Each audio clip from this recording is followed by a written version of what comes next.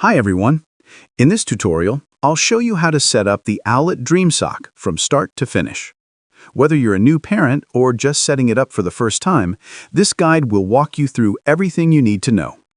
First, take the Dream Sock and the base station out of the box. Make sure you have all the parts ready: the sock sensor, base station, charging cable, and power adapter. Next, plug in the base station and place it near your baby's sleeping area. It should be close enough for a clear connection, but away from any heavy electronic devices that might interfere with the signal. Now, download the Owlet Care app from the App Store or Google Play and open it on your phone. Create or sign into your Owlet account to begin setup.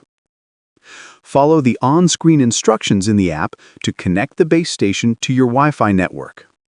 Make sure your phone is on the same Wi-Fi for a smooth connection. Once connected, pair the sock with the base station. You'll see the base light turn solid to confirm the connection.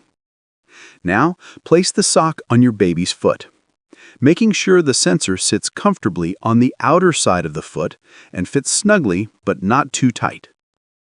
The Dream Sock will start tracking your baby's sleep patterns, heart rate, and oxygen levels.